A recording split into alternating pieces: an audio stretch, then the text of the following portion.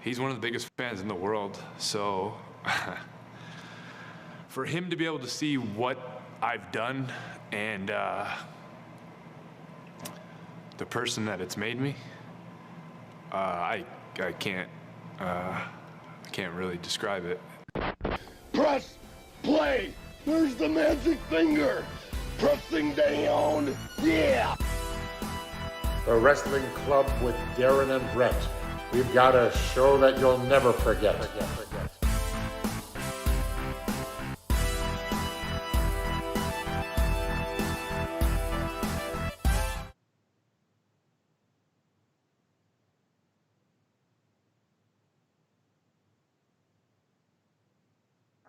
Grapple fans, and welcome to WFMU's Wrestling Club, the only space that's safe for all wrestling fans, whether you're casual, lapsed, obsessed, or ashamed. It's Friday, January 1st, 2021, and you know what that means. It's the first Wrestling Club of the new year. I'm Darren, broadcasting live in Jersey City, New Jersey, and I'm joined via satellite by the Kurgan to my Golga, Mr. Brett. Interesting. All right, starting the new year off with an oddities reference. On a weird front. Yeah, on a weird Yeah. front. Well, you know, everybody's talking about Kurgan this week. Well, let's just broaden out what we're thinking about this week. Yeah, and we're not alone. We're joined by a wrestling expert, 1/3 of the Nobodies, a writer, a DJ, somebody with one foot in the New York nightlife scene and another foot in the independent wrestling scene. And maybe one of the few people that could claim that.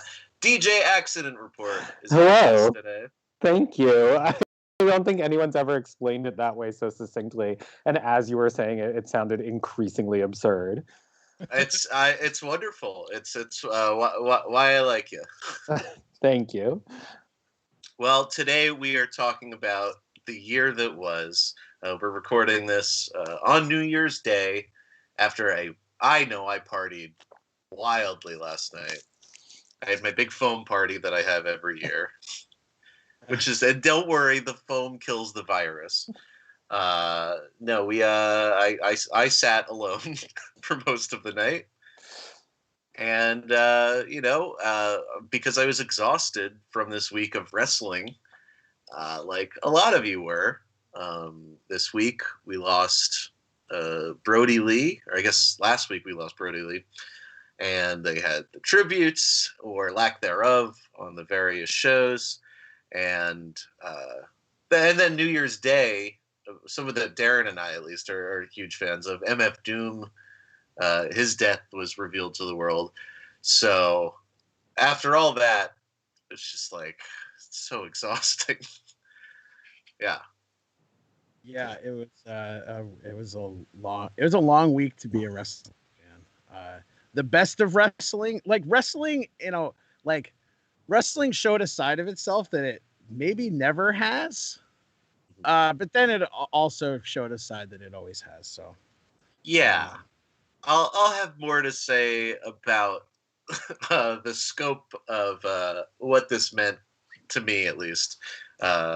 But any thoughts on this week's show and news? And I mean, I think what I had known about Brodie Lee was that everyone wildly loved him behind the scenes and as a performer. And so, I have a limited view into what the wrestling world looks like at this point, because I just am staying off social media way more than I ever have. But I was unsurprised that whatever made its way through to me was 100% positive and sincere. And so if there was some kind of negative backlash, I missed it. So no, thankfully. Okay.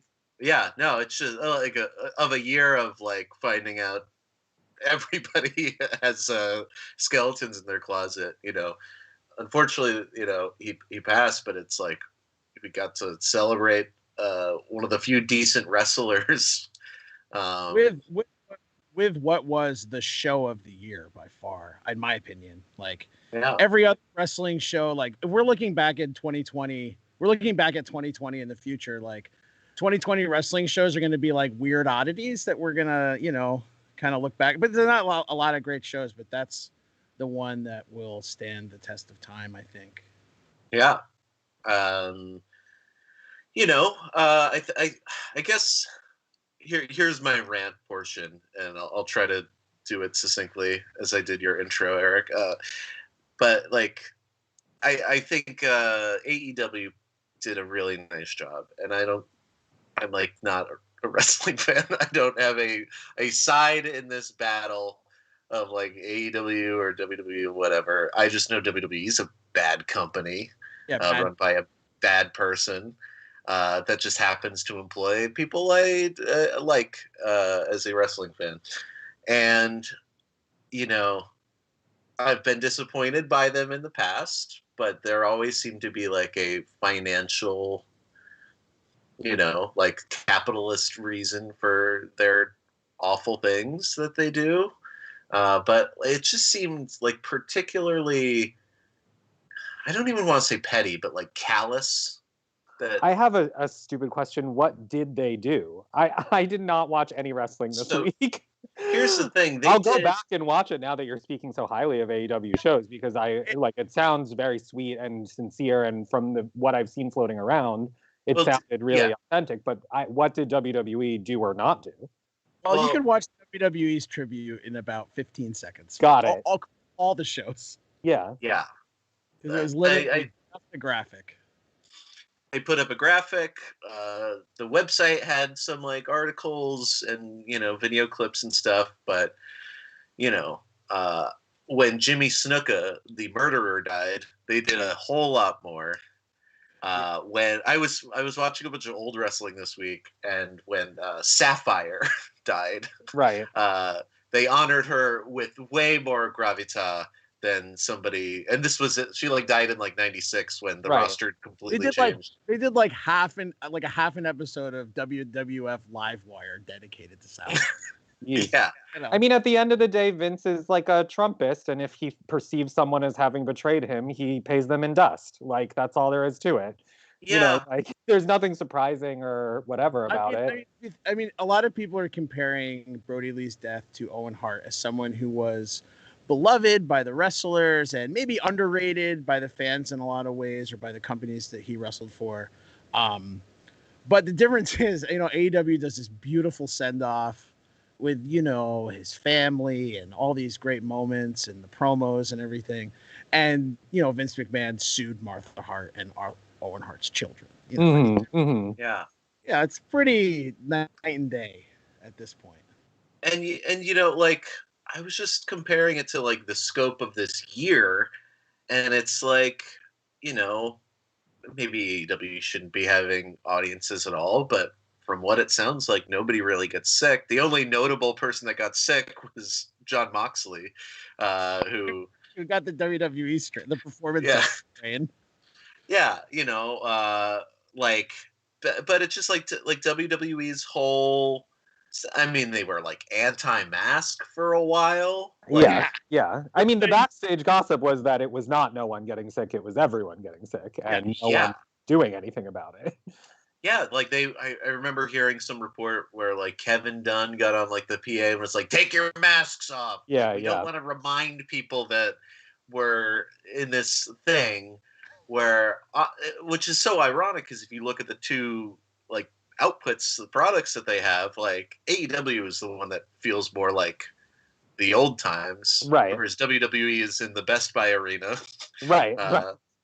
With that like nightmarishly like Baudrillardian like hellscape in the like droning in the background, like giving me a fucking migraine. Like, it's truly like a bizarre nightmare world that every single show of theirs has been lately. Yeah, and I bet they probably love it. You know, internally they're like, oh, you know, like we can have people cheer who they want to cheer and boo who they want to boo, or who we want to boo. I mean, but something I think about with that is that like they struggle to connect with their audience in a normal world, and now they're at the point where they don't have a live crowd to tell them what's working and what's not. So they're floundering more than they ever have, because they don't even have Like they would often be spiteful of their fans' opinions, but now they don't even have that to go off of. So it's just like this sort of aimless meandering where like no one's over, no one's a star, no one's doing anything because they're just all kind of fumbling about while like crowd noise is piped in. Yeah, and you think of like, I mean, not listening to your fans, like this week, if you were even like loosely a wrestling fan, you know, you were bombarded with, you know, tributes to this guy, and like it's just like a total read the room moment where it's like, okay, yeah, he quit or he was fired from the company or whatever the story was this year, and you know, he made fun of Vince McMahon and stuff, but like he was on the roster this year, and you know, and it just like speaks to the WWE story of the past like decade, where it's like, you think of the past 10 years, who do you think of? Daniel Bryan, CM Punk, Becky Lynch, Kofi Kingston, all of these people whose story was, I persevered against the company I work for. Right. Yeah. And I don't know. It just seemed callous, and you know, I'm not, you know, I don't care enough about wrestling to get mad, but this made me mad that, you know, they did nothing. They had some wrestlers did little nods, things that. Did I see that Eric Rowan showed up in AEW, or was I like getting my wires crossed on Instagram? Yeah, no, he showed up and it was the moment of the year. So great. That whole match and Is he going to get fired for that? Is he even still with WWE? He's not with WWE. Although Chris Jericho accidentally called him Eric Rowan, so like there's a chance WWE could sue AEW. Oh my God, could you imagine? Yes, I can. Yes, I can. Yeah. I guess there's just a huge part of me that, like I said, is totally unsurprised. I mean, of course, like my favorite wrestler of all time is Chyna. And if you look at how the WWE has tarnished her legacy and dishonored her, and just nothing surprises me. Yeah. I mean, that's the huge example of their pettiness. It's just like gross. I don't know. It really bums me out that, you know, Brodie Lee, it seemed like everybody had to sneak their like references in. Yeah. And like it got to the point where Xavier Woods is just like, oh, watch AEW tonight. Mm-hmm. Well, he's a nice man, that Mr. Woods. He's just an incredibly kind-hearted, kind soul. So that in no way surprises me. But you know, and like I'm singling him out, but a bunch of people did that. Yeah. And yeah, it's just like this company needs to fucking die. Yeah. And they won't, because you know, they're, if Ring of Honor's still alive, they're gonna be alive. It's strange because you told me to think of like best and worst of 2020, and like, you know, my worst list is like, of course, pandemic, of course, you know, learning that a bunch of my heroes were scumbags, and then, you know, everything else was just everything WWE has done for the whole year.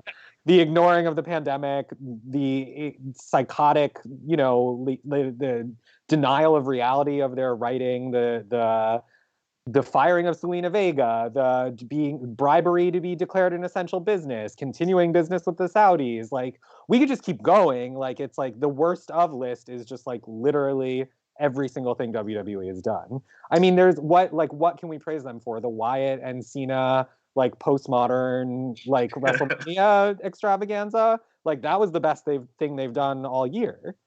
And I only credit that to like the powers that be focusing more on the Undertaker thing, and just being like, you guys make something, do whatever you want. Yeah. They're like, we're gonna make a art film. Yeah. Like a weird 15-minute Tim and Eric episode starring John Cena. Yeah. Also, can we just point out how many times Tim and Eric have been ripped off by Bray Wyatt this year? Yeah. There's like a lot of weird, like literal, like the Muscle Man. Maybe that was like last year, but the Muscle Man dance is just like a true rip-off. Tim and Eric. Yeah, it's really strange. I always wondered what you would think of Tim and Eric, because like I wondered if it's like anti-comedy competitiveness or something like that. Oh no, I mean, I don't think some of it's aged well, but I think it's great. I was a big fan Yeah, still I'm a big fan. Yeah. Tim was on the podcast for Laundry, which you were also a guest. Oh, really? He was? Was he? Uh, What's he like in real life? What's the gossip? What's the tea? I think he's maybe a little grumpy or something, but he was nice enough to do it. So Sure. Yeah. I can't really disparage the guy. But yeah, I don't know. Like, just of a year where I cared less and less about wrestling, and WWE just like depressed me. Like, even like watching WrestleMania, which could have been like such a gift. I just remember like sitting through 12 hours of a show. Yeah. And show. Of a silent show. I remember being like, thankful to have something to do those 2 nights, and then that went away rather fast. Yeah, I was like live tweeting it, like as a joke, I guess, and then I just started live tweeting the pasta I was making instead. I mean, I'm not joking when I say like this is the least I've ever watched wrestling probably in my whole life, like, because AEW's fun enough to watch, but I really find the lack of audiences, like it's like going to an empty drag show or something. Like there's just something missing from the whole thing, and I think WWE in particular is really nightmarish. Like I truly would never put on even, and I used to love NXT. Like, I would watch it every week. It was my highlight of my week, and like I can't watch it now. And I want to know what's happening with someone like Jake Atlas, and I find it all just with the video screens. Although I guess NXT doesn't have the video screens, but still, there's just something so off about it, and I really can't watch most of it. I watched like that NXT Takeover in Your House because the main event was Charlotte, Io, and Rhea, and I liked that they were doing something kind of retro and with it, but I don't think I watched any other WWE pay-per-view all year. Yeah. Jake Atlas is Leon Ruff's friend. That sounds nice. I scrolled through NXT, and that was one thing I noticed, that they showed Jake Atlas walking in and like patting Leon Ruff on the back. That sounds Fine. good. Whatever. I mean, they're like, on the one hand, the last I checked in, they're like treating him like a serious competitor, right? Like, that's cool. Yeah. But they also will not say the word gay on the microphone, literally, ever. And they blurred out the images of Stonewall that he was walking past. Not Stonewall, Pulse. So we're doing real good. Well, if he ever makes it to the main roster, I pray. Yeah. I pray for him. I mean, I hope they give him that cruiserweight belt, Yeah. I mean, they do treat him seriously. NXT is not the WWE's problem, although they've totally been worse than they have in previous years this year. You did bring up drag, and I always like to explain the Nobodies' existence in the world of wrestling. Like, drag and wrestling are so similar as art forms. And I just thought, what would a WWE drag like how they got into like bodybuilding for a minute? Like, what if they got into drag? Like, what would like a Total Divas but like with drag queens be like, or something? Or I think it's like they just do a drag race. WWE's drag race. Stephanie's drag race. Yeah, I could see it. I could see a plenty of girls who would sell their souls to happily be on that. Yeah, but like they would push like the Baron Corbin of like queens. Yeah, it would just be a bunch of like Manhattan queens doing like Disney lip syncs, because God forbid anyone show any kind of actual artistry. Yeah. Well, anyway, Darren, any more thoughts about the AEW show? Was beautiful. I teared up, and I don't have. I cried, and I loved it because it was literally just like big wrestling men, all like just hugging each other and crying for 2 hours in a way that was really genuine. And I don't know if there's like, when I think of like wrestlers crying, it's like disturbing. It's like Chris Benoit crying 18 months before he murders his family, like it's not emotion, and that kind of emotion in wrestling, or it's Ric Flair crying, which is like a gimmick, almost. But it was beautiful. I'm so happy that he got out of WWE and got the run in AEW, because otherwise we would have a Luke Harper puppet in Bray Wyatt's house or whatever he does. Yeah. And it would be Randy Orton would be like your friends in hell, and it would be like a match at Elimination Chamber, and his poor wife would be married to Baron Corbin, and like it'd be making out with him, horrible things, so it was great. It was like, it was the best wrestling show of the year. Yeah, I mean, it's better than any of those like New Japan shows or any of the collective shows that I watched. Yeah, it was great. Yeah. Adam Susan in the chat says G1 lip sync battle. I guess that's your idea. I would love to see that. I've been I not to brag, but I'll brag. I threw like I don't know if anyone else has ever done this, but a drag tournament like 2 years ago, like a lip sync tournament, and it was really crazy. Like, I would love to be able to do a drag G1. I think it would be the coolest thing in the world, of just like a round robin of lip sync battles. Absolutely, yeah. I'm starting this season that's debuting tonight with a tournament. So Rue ripped me off, but that's okay. Yeah, I have seen that pointed out online. No, it doesn't matter who's in the drag G1 lip sync tournament. Tanahashi's going to do really well. The hair alone, I mean. Yeah. Well, yeah. Let's talk about positives of the year. What did you like? Me, me. I loved, which will not come as a surprise if you're listening at all. I loved Effie's show. I thought Effie's Big Gay Brunch was one of the highlights of my year. Maybe I'm biased because it's mostly my friends who were on it. So it's like a bunch of gay people who are in wrestling. And I think it was so revelatory because a lot of the independent wrestling TV audience has not seen a lot of those people before. And they will not go out of their way to look for openly gay talent. But when it is put in front of them, like a light bulb goes off a little bit.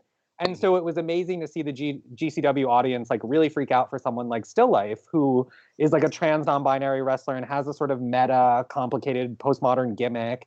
And they just really ate Still Life up. And I was just stunned by that. I mean, I wasn't stunned because they're so deserving of all the praise, but it was warming to see that like a wrestling audience embrace someone who's that kind of groundbreaking. And then the other show that I'm biased, I was a part of the show, but it was called Paris is Bumping, which was on IWTV, and it was the first ever pro wrestling Kiki Ball. So people were competing in categories and were competing in wrestling matches at the same time.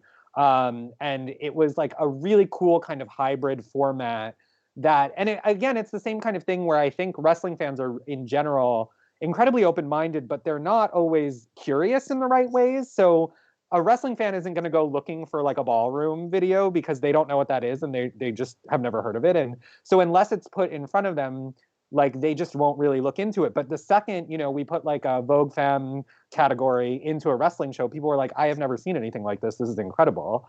So that was really amazing to watch. Also, the wrestling on it was really good. So that was those two shows were my two favorite shows of the year.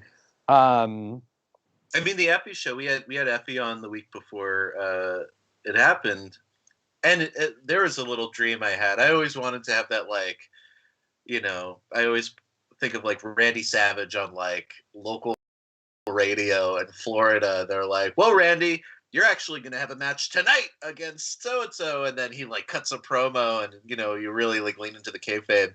And, not that it was so kayfabe, but, Effie, we asked about the show, and this was before Priscilla Kelly had to drop out, but cutting this like passionate promo, really hyping up the show. And that was just like so cool to me as a wrestling fan to, be the interviewer in a situation. But yeah, that show was great. The thing about that show too was that like this was the first one, obviously was going to be during WrestleMania weekend. Mm-hmm. I was going to DJ, flip my hair, but then it got canceled, obviously.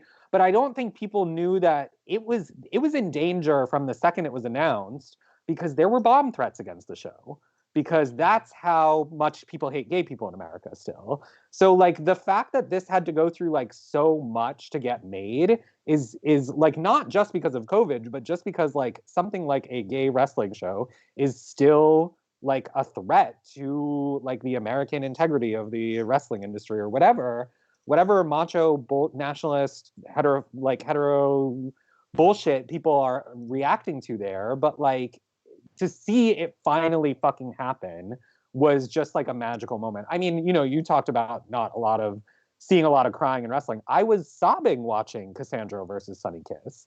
You know, like that is 2 generations, and that has never happened before, of openly gay talent in sports sort of acknowledging each other and saying like, you have paved the way for me, and like I am now here to make the difference in the future here today. And like, you know, I think in my best of moments of the year, like seeing Sonny Kiss succeed in AEW and seeing the fans rally around her and treated seriously. So seriously. All of the commentary is 100% behind her. She's a natural baby face, which is like, it's so easy to just get behind her in a match. But I don't think, if I were to talk to myself as like a third wrestling obsessively, like, and explain to my younger self, like, in 20 years, there will be an openly gay femme black wrestler that is beloved, universally beloved, I would have been like, I don't even know what you're talking about. Like that is not within the realm of human possibility. And so like Sonny is easily my favorite wrestler who's alive right now. So seeing her succeed, any single time I see her succeed, I'm just like in tears. Her match with Cody Rhodes. Jim Ross like earnestly trying to learn pronouns. But like Sonny doesn't give a fuck. So like Sonny's like, if Jim accidentally slips and calls Sonny she, like Sonny's just like, I do not care. Like, so, but it is funny because you can hear Jim trying to say he, then accidentally saying she, and then correcting himself, and then it's a carry every time.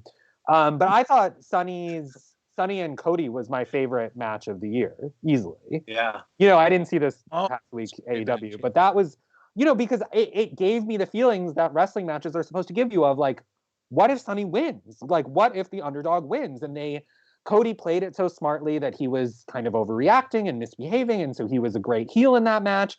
And there was miscommunication between him and Arn Anderson, because in my mind, I was like, they would never let Sonny just win clean. There has to be some excuse. So like maybe they are preparing to actually have Sonny win. And for a moment, I truly believed it was possible Sonny could win this match. And she didn't. And I felt the hurt and heartbreak of that. But that's like how you know that art succeeded. Like you were supposed to be disappointed that Sonny didn't win, and I felt disappointed. So I thought that was easily the best wrestling match of the year. And I thought Sonny's amazing in it, and I thought Sonny's moveset was amazing in it. Everything looked incredible. It was such a clean. The psychology of the match was beautiful. It was so legible and accessible. It was just a perfect wrestling match. I mean, you look back to the '60s, and Vince McMahon should like learn a lesson, like, you know. Bruno Sammartino was a huge star because, you know, he was great, but also there was that like Italian American fan base that's like, this is our guy. And Pedro Morales, like, was the Puerto Rican star, Hispanic star. You know, there's so many instances of this, and this is just the same thing. You know, it's just representation, and it, you know, matters, and it's bringing a realism to wrestling that is sometimes lacking. Especially when everything's so homogenous. So yeah.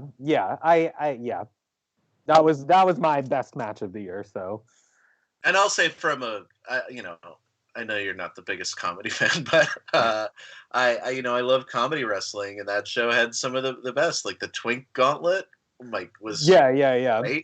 You had the Monster Pero in there, and the you know, just like Tyler Klein and Calvin Couture, I think.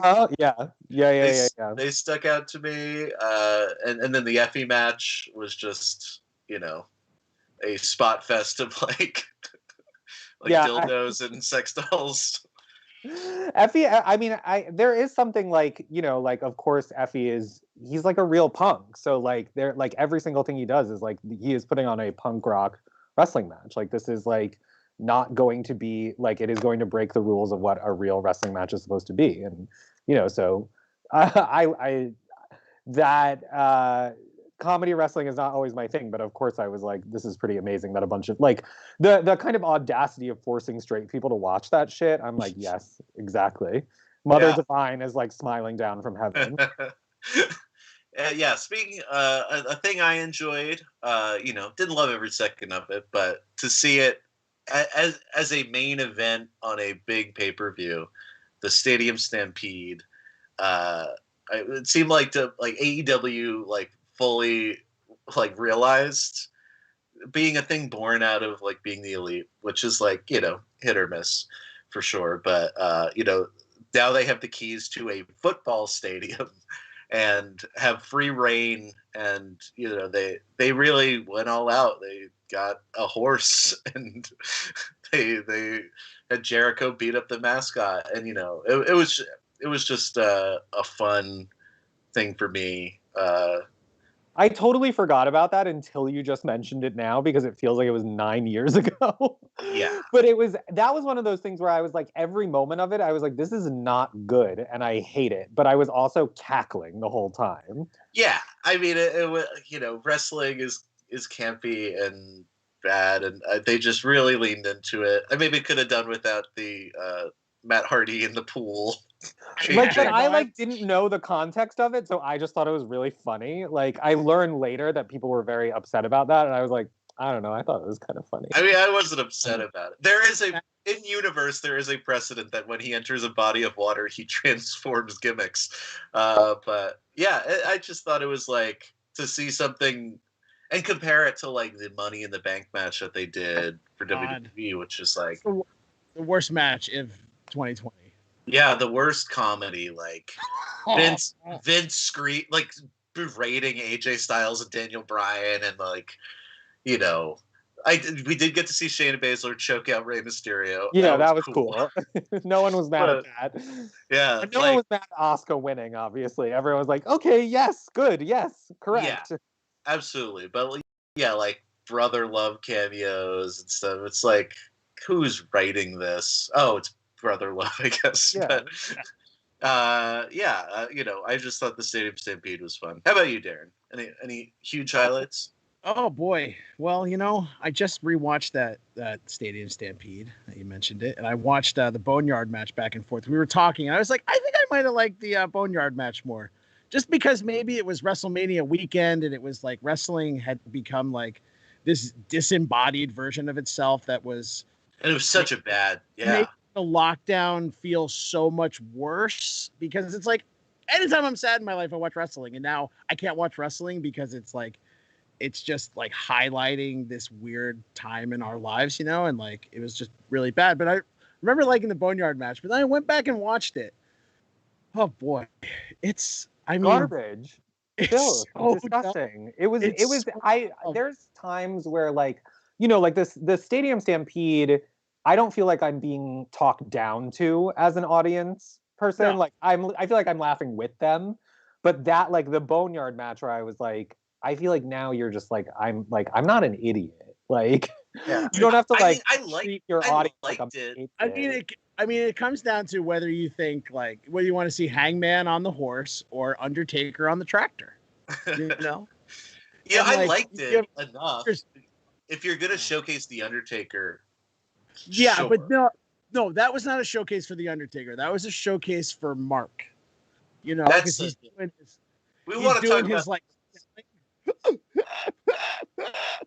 he's doing that weird selling for 5 minutes. It was so weird. But we talk about. Sorry, yeah. No, I was gonna say Stadium Stampede was at least fun, and then like it's like they've got the weird like Jacksonville vibe, which is kind of a turnoff. More than kind of turn off, but it was fun. But when I don't know, I think of highlights, I went back and watched the Walter Dragunov match and was horrified and loved it. And I actually watched it with the man upstairs, Isaiah, our producer, and he loved it. He's not the biggest wrestling fan.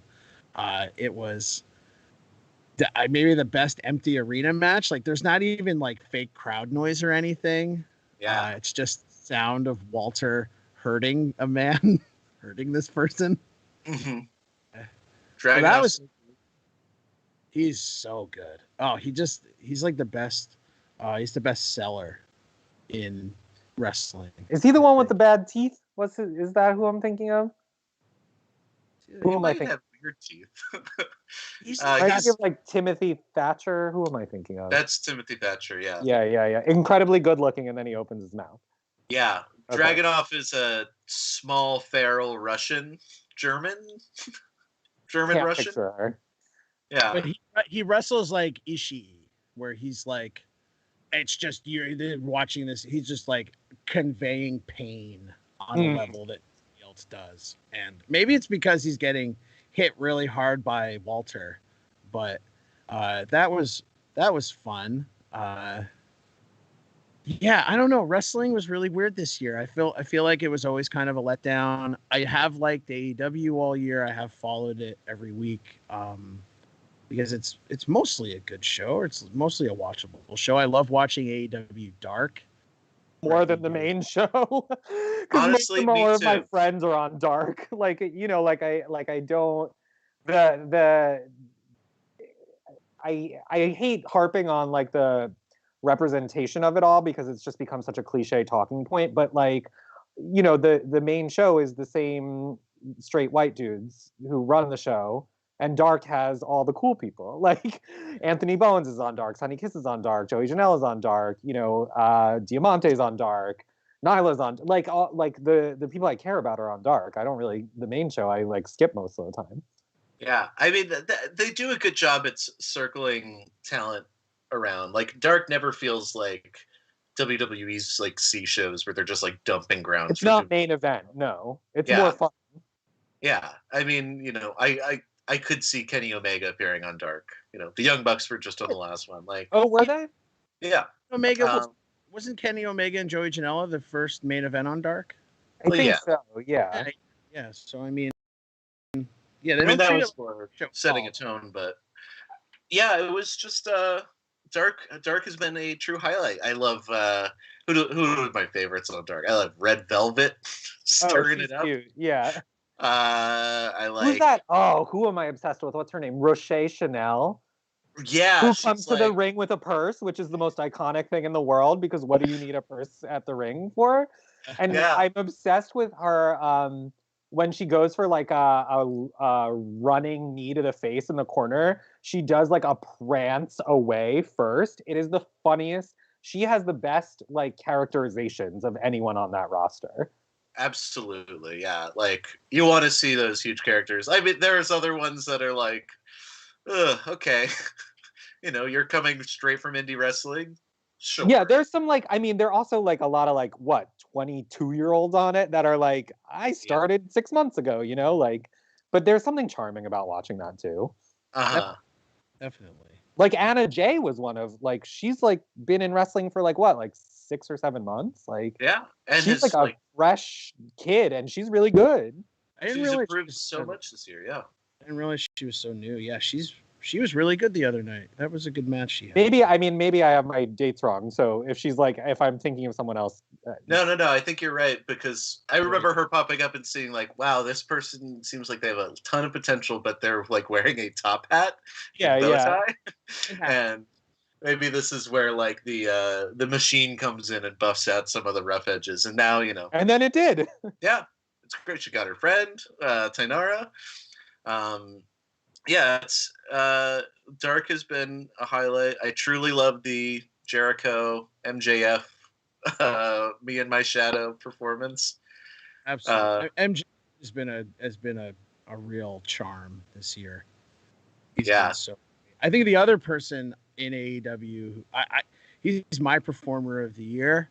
I've enjoyed so much the last half. Eddie Kingston, seeing Eddie Kingston finally get a main event run. And being the best, his promo. His promo is the best work in the whole industry. There's no competition. I mean, when I didn't watch wrestling for the first half of the 2000s, and I got back into it around 2005, 2006. And when I started looking at indies, my two favorite guys were Larry Sweeney and Eddie Kingston, because they're just the best characters.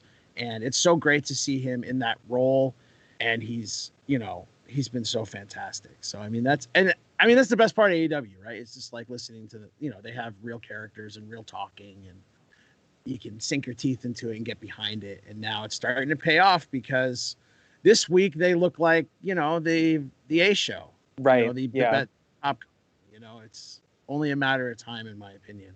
I have to say also Orange Cassidy was being like a weird breakout star of AEW is like so cool. Yeah. I think Effie actually said this somewhere, but he was like, I think he is going to be like the it star of the moment because like if we thought about like the 90s attitude and how that embodied like The Rock and Stone Cold, like, and now in this sort of like post-fascist like nightmare world, we just all are exhausted and apathetic, and he is just like this like kind of zeitgeisty character who just appeared out of nowhere seemingly, and everyone just embraced him immediately. I thought it was just so comical when like more casual audiences, when he started doing his first matches with his gimmick, and they were like, well, this guy, like, why would you even hire this guy? And I'm like, do you really think they're just gonna like hire someone who like literally doesn't know how to wrestle? How bad do you do you imagine just everyone in the world is incompetent? Because like clearly they hired him because he knows what he's doing. And then when he showed them, everyone was like, oh, got it. Whoops, sorry. I mean, yeah, you talk about post-fast, but it's like postmodern, really. It's like, this is somebody that's taking the art form of wrestling and, putting a spin on it. And then also having the fundamentals to like deliver in those big matches with like Jericho and Pac, it's, he's just really like, playing his cards in a way that people weren't expecting, but it's so fun to watch. And yeah, I mean, he's been somebody I've loved watching this year. Let's go. We got someone on the hotline. Let's go to the hotline. Hello, you're on Wrestling Club. Who are we speaking to?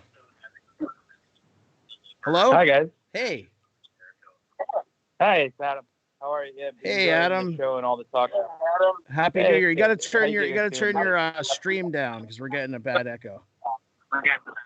Oh, sorry. Wait, put my what down? Turn your stream down.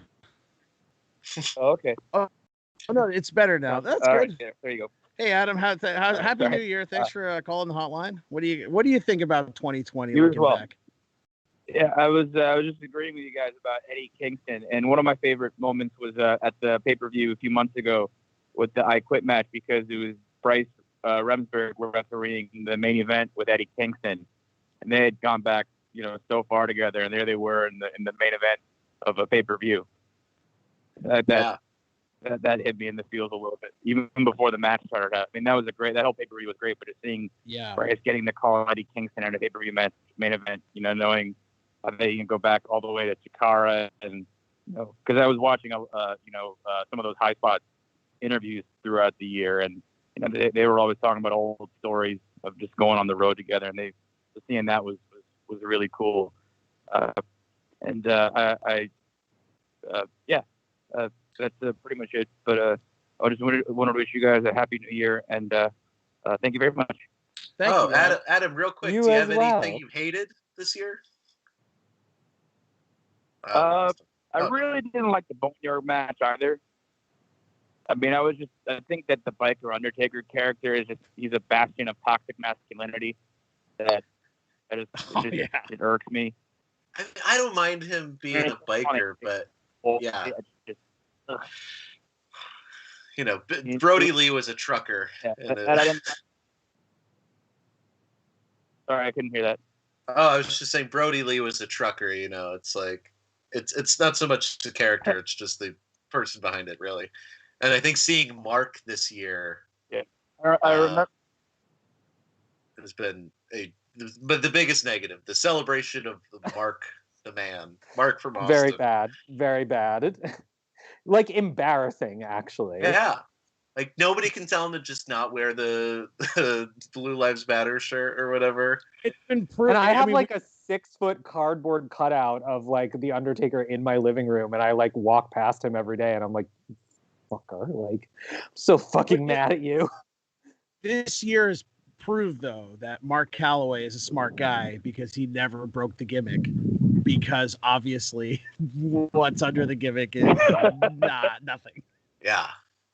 Well, thanks so much for your call, Adam. Thank you, Adam. Happy New Thanks for Year. listening. Take care. You as well. Yeah. Any other? I mean, Mark C is top of my list for things I've hated about this year. We did have him call into the show, though. Yeah, he is a member of. You know, you can check the archives. Am I getting like worked right now? What's happening? Yeah, I am kayfabing.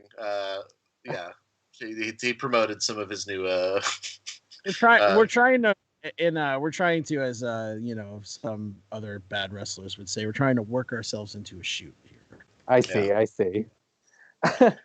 I mean, if we're still going on worst of this year, I have to say, and this is a serious one. Oh no! Hold on. We are getting nightmare audio. Oh wait, can you hear me? Yeah, it's better now. You fixed it. Sorry. I have to say, like, one of the worst of this series is the loss of Hana Kimura. I think that really broke me. That was when I fully was like, I think I'm gonna stop watching this for a little bit.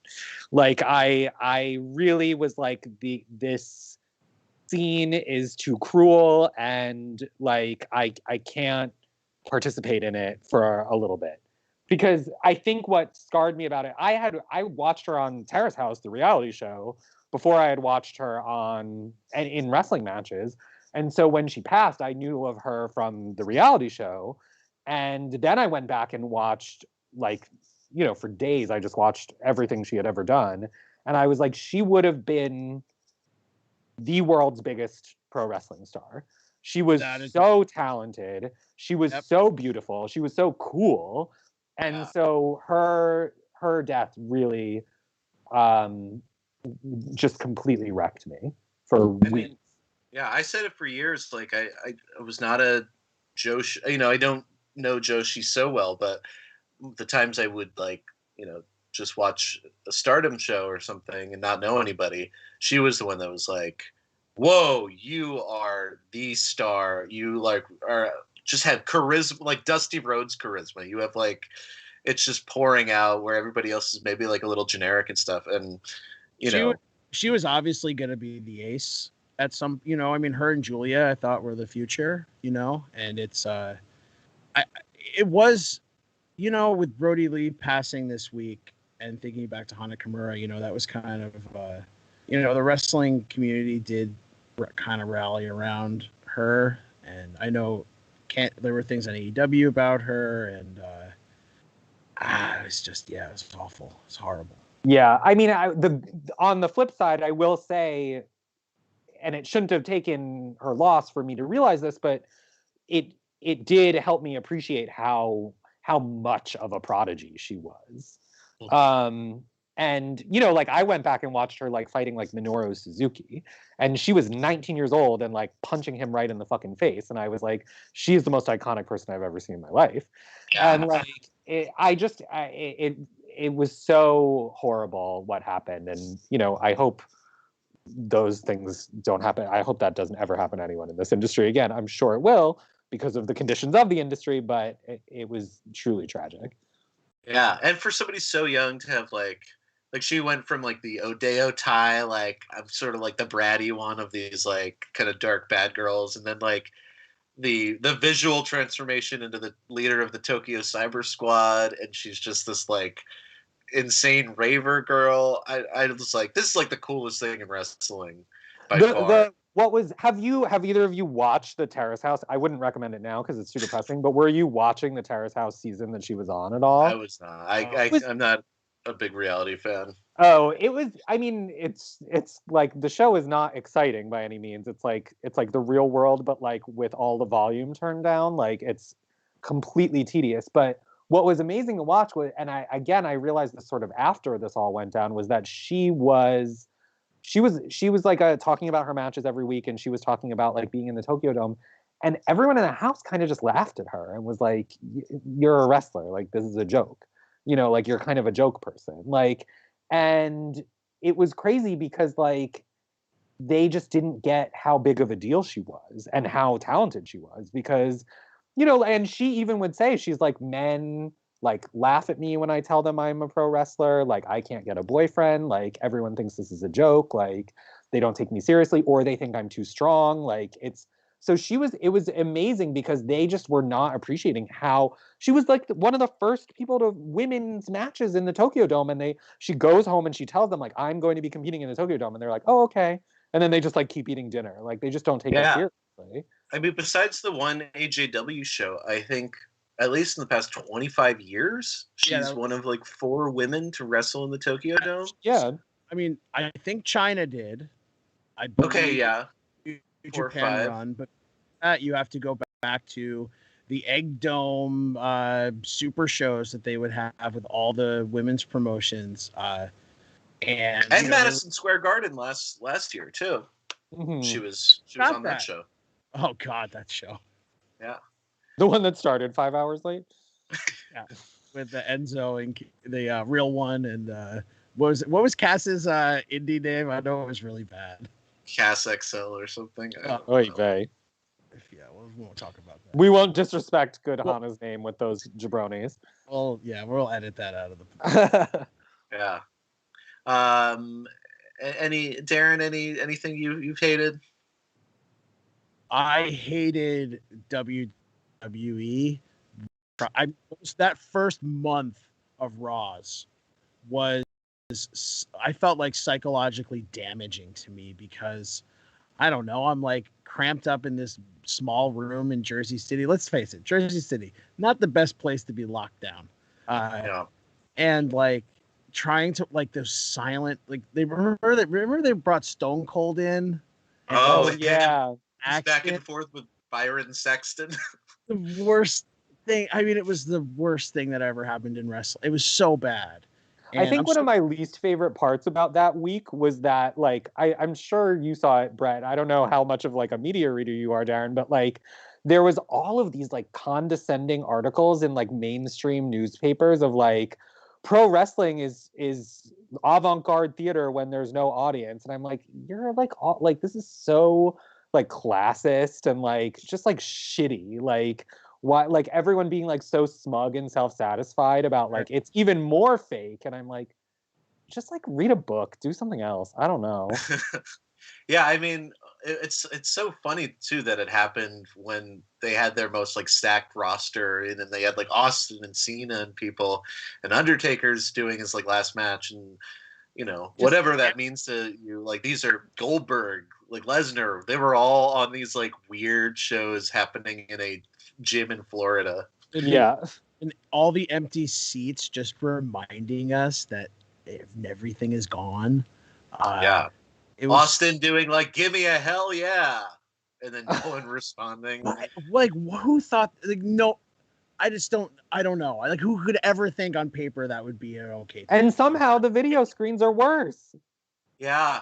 Because now it's like this fake audience. And I watched the, I even posted it to our stories on Instagram, Wrestling Club WFMU. And it's just the Thunderdome feed of SmackDown is the worst way to watch anything in the world. It's comes Daniel Bryan. Yes. Hey everybody. Thumbs up for Daniel Bryan. You watched it through the Thunderdome? It was somebody pulled that feed and put it on an illegal streaming site. Can you send that to me, because I just want to like a peek into the nightmare. If they haven't pulled it, it's just such it's gross. It's like, oh, here's Sami Zayn, thumbs down for this jerk, right? And it's like, you know, Ben Stein doing the narration for this, and they're not just some intern probably. Literally, it's just the saddest producer saying the exact same things the announcers are saying. Like it's so bad. But I mean, I guess when they brought the Best Buy Arena into existence or whatever, you know, they had like Chris Benoit on in the audience like immediately. Yeah. There was like people playing porn on it too. Yeah. Good. Like, how did they think that wouldn't? Whatever. Yeah. Hey, speaking of the Thunderdome, I do want to go while we still have time. We have been doing a segment this year. And as we build to the road to the Royal Rumble, we will emphasize this a little more in the next few weeks. When is the Royal Rumble? I think it's January 31st. Oh. I'm not sure. But the week of the Royal Rumble, we will be doing a full hour-long special, the worst Royal Rumble. Over the fall, I guess we started this segment. It is a fantasy match that has been happening in the Jeddah Thunderdome in Saudi Arabia. And every guest that we have on has picked a new entrant.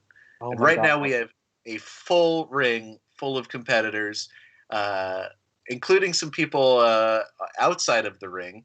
Just a quick recap, and Isaiah, if we could show this graphic, we've got in the ring Leonardo da Vinci, who's picked by the Voros twins, MGK, Ross Geller, Paula Poundstone, Ira Glass, Hudson Hawk, famous Da Vinci art thief, Megan Thee Stallion, and Judge Janine Pirro, all in the ring, and then also being held on an airport tarmac by Saudi royal forces. Effie, Judy Martin, and Del Close are still entrants in the match. They have not been officially eliminated. However, Del Close did try to fly everyone to Chicago. And we have at ringside, we have the Mona Lisa. Ross has the Australopithecus Lucy that he brought from this is Ross from Friends. That he brought from the Natural History Museum. Hudson Hawk is planning on trying to steal the Mona Lisa. And we've had 2 eliminations. Alessandro Mussolini was eliminated by Effie, and Paula Poundstone was eliminated by Da Vinci. So now, DJ Accident Report, it is your turn to choose an entrant into this match. Well, it seems obvious the answer is the ghost of Michael Alleg. Oh, yes. Our friend. You know Michael Alleg was on the special. I know. We have to have a private conversation about that, not on mic, because I need more information. It was not my choice, but so we do have deceased people. Do you want it to be the living body Michael Alleg, or sort of definitely like a sneaky the ghost version? Okay. Yeah. Okay. Is he visible to the entrance? Only if the light catches him correctly.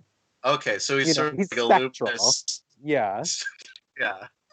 So whatever his music hits, some which is obviously Money, Success, Fame, Glamour by Felix the House Cat. That's right. That's right. Yeah. And he's lip syncing it along the way. Is it 2020 Michael Alleg that's kind of like sad, or is it like prime 1990 Michael Alleg? I don't think anyone deserves eternal hell really, except for Mitch McConnell. So let's let him relive his childhood, happier times. Mm-hmm. So the Force Ghost of Michael Alleg enters the ring. So now you get to book the next few minutes of this match until another entrant comes. Oh my God. Do we have any eliminations? Do we have any interactions? I think Michael Alleg's ghost will eliminate Ross Geller for crimes against humanity. Okay. That's good. So Ross Geller has been eliminated. He does have the bones of the oldest human in existence. Lucy, does he retrieve those bones, or? I'm gonna leave them as like a Chekhov's bones situation for someone to pick up on later. Good. I would see him taking a liking to Megan Thee Stallion, maybe. Who? Michael Alleg's ghost? Yeah. Oh, they would love each other. Mm-hmm. Yeah, best friends. They'll team up. They're on the same. They team up for a little. I could also see him taking a look at MGK and being like, "Oh, you're one of us," but like, no, he's not. By MGK, do you mean Machine Gun Kelly? Yes. Yeah, I think Michael. Yeah, I think it. Yeah, he could easily be fooled by a skinny blonde twink with a lot of tattoos. Yeah. Okay. Well, this is a huge. We've had our third elimination of this match, 13th entrant. So stay tuned to Wrestling Club to see what happens. We will have special guests. People referred to in this episode will be picking entrants. But they're a surprise even to Darren. So stay tuned. Yep. Next few guests, and then we'll have our big. We'll wrap this matchup finally on the road to the Royal Rumble. But yeah, I request of you to tweet out the full list of entrants when this happens. Oh, absolutely. If you go to wrestling_club_ on Twitter or Wrestling Club WFMU on Instagram, you could check out the current. I will update the graphic and add Michael, a sort of like half incandescent Michael Alleg. Give him like in the graphic like a good look. You know? Oh yeah. Don't give him one of him in like jeans and a t-shirt. He needs like a. Yeah. I'm a big fan of the visual aspect. Okay, great, wonderful. At the very least. But yeah, Darren has teased that Glamour Girl Judy Martin will be doing a Kofi spot. Hudson Hawk is trying to steal the Mona Lisa. Judge Janine Pirro has taken a nap from drinking too much wine, so somebody might wake her up. It's a fun match to watch. So keep an eye out for that. But yeah, any final thoughts on the year 2020? Oh no, I'm just glad it's over. Yeah. Darren? No, I'm done. We'll be fine. Well, Darren, you got your WFMU show coming up tomorrow night. Tomorrow night, I'm going to be doing a big tribute to MF Doom. So a lot I'm going in the vaults for stuff. Yeah. So I got to edit it. Hopefully, it'll be tomorrow night. Of course, this will be on broadcast radio, so I have to edit out a lot of curse words and stuff. So that's a lot of pre-production to get done by tomorrow. But I'm going to try. If not, it'll be the following week. So yeah, I did pull some MF Doom wrestling quotes. Looky here, it's just the way the cookie tear prepared to get hurt and mangled like Kurt Angle rookie year. He was great. He was Darren and I's favorite rapper. So he's got so many. Well, he's like the best wrestler. He was always my dream WrestleMania musical guest by far. Yeah. Like I think we talked about that earlier. Like AEW should just bring Doom in. But WrestleMania does not deserve. No. But you know he would be allowed in anyway because Ice barred him from the United States in 2010. Thank you. Oy vey. Obama. Well, DJ Accident Report. Any plugs? Anything you want to talk about? Yeah, hold on. I'm trying to find the date of it. That's why I'm not making eye contact with you. I found it. So because this is a wrestling show, I can plug a wrestling show that I'm involved with. The first annual inaugural Cassandro Cup will be streaming on IWTV on March 28th. You got a little bit of a wait, but get excited. Because it is the first 8-person single elimination tournament of all LGBTQ plus competitors. The winner will get a title shot at the independent wrestling title. And I hope to be doing commentary on it pending a negative COVID test, which is really hard to obtain in Brooklyn these days. So if you don't hear me doing commentary, it's because I couldn't wait in line for 8 hours. But if you might need to get one of those coal mines that Michael Cole had for a few years. Wait, what? It was like a glass box that he sat in independently. Oh, wonderful. I would love that. I would love to be barred away from all these sweaty queers fighting each other. But no, seriously though, I'm really, really, really excited about that show. I love a tournament. I think it's just like the kind of wrestling distilled into its purest form. And I think LGBTQ people are often not given the dignity of fighting real matches. And so you should be excited to see some really serious, interesting, new people who you haven't seen before, like being given the dignity they deserve in this hideous art form we all appreciate for some reason. Do we have any entrants announced for that? I don't think. I mean, I know them because I got the tea on everything, but I don't think I should say. Okay. Well, stay tuned and watch that Cassandra documentary that's out. Like, truly a legend in wrestling, and it's such a fun performer. Even age, been doing it for years, and like. You should get her as a guest because she'll She'll carry. She'll do it too. Honestly, we've had literally Terry Funk, and I'm like, I don't know if Cassandra would ever do. Cassandra will do it. Cassandra will do it. Well, as the cup comes up, maybe we can make that happen. Yeah. There's a New Year's resolution. I don't have any plugs because I've retired. You have Wrestling Club next week. That's about it. Yeah, check out Wrestling Club and look at the posts on Instagram and stuff. But I'm gonna go watch Drag Race and watch Candy Muse kick everyone's ass. Good night, everyone. Good night. Take care, everybody. Thank you to Steve D for the theme music. Thank you to the man upstairs. And we'll be back next week with a whole new show for Darren and Brett, DJ Accident Report. Or not for Darren and Brett. I'm Darren for Brett, DJ Accident Report. We'll be back next week.